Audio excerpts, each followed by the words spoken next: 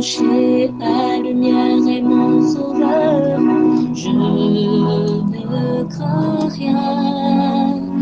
Il est mon rempart et mon ferme soutien. De qui pourrais-je avoir peur?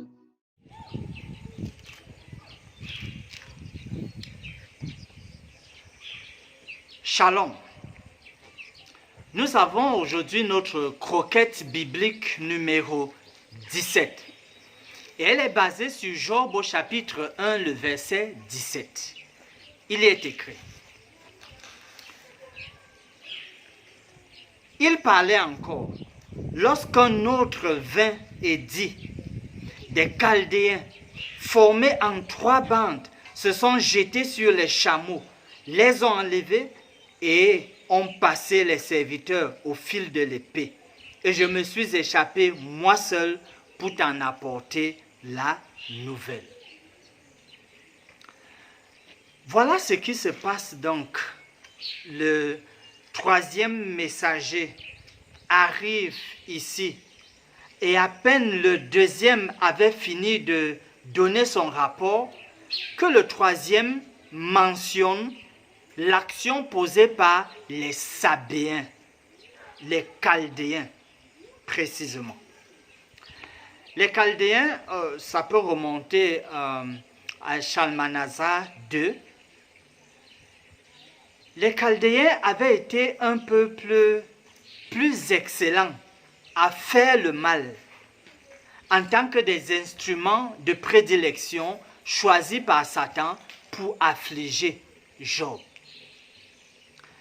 Dans le rapport qui nous est donné, les Chaldéens ont ceci de caractéristique et de particulier qu'ils ont une stratégie militaire hors pair. Les Chaldéens se sont constitués en 3 bandes. Une bande qui devait mener l'invasion, une autre qui devait frapper de manière chirurgicale et une 3e qui devait prendre le contrôle. Nous voyons donc que les Chaldéens ici ont excellé beaucoup plus que les Sabéens.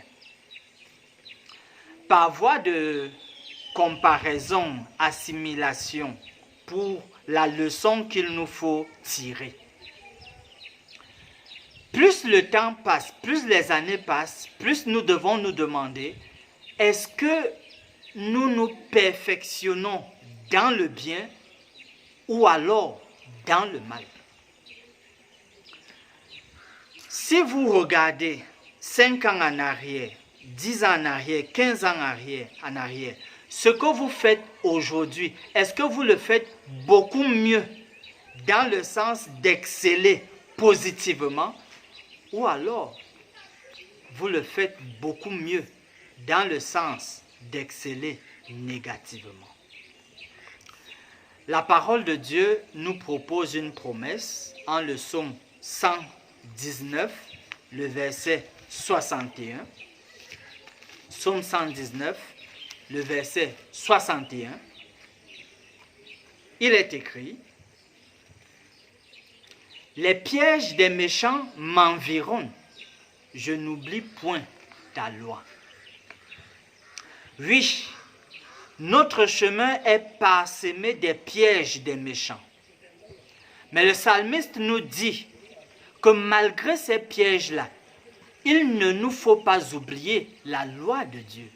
Manière de dire que mener une vie d'obéissance va constituer notre sauvegarde contre bien de pièges du diable. Finissons par ces mots de prière.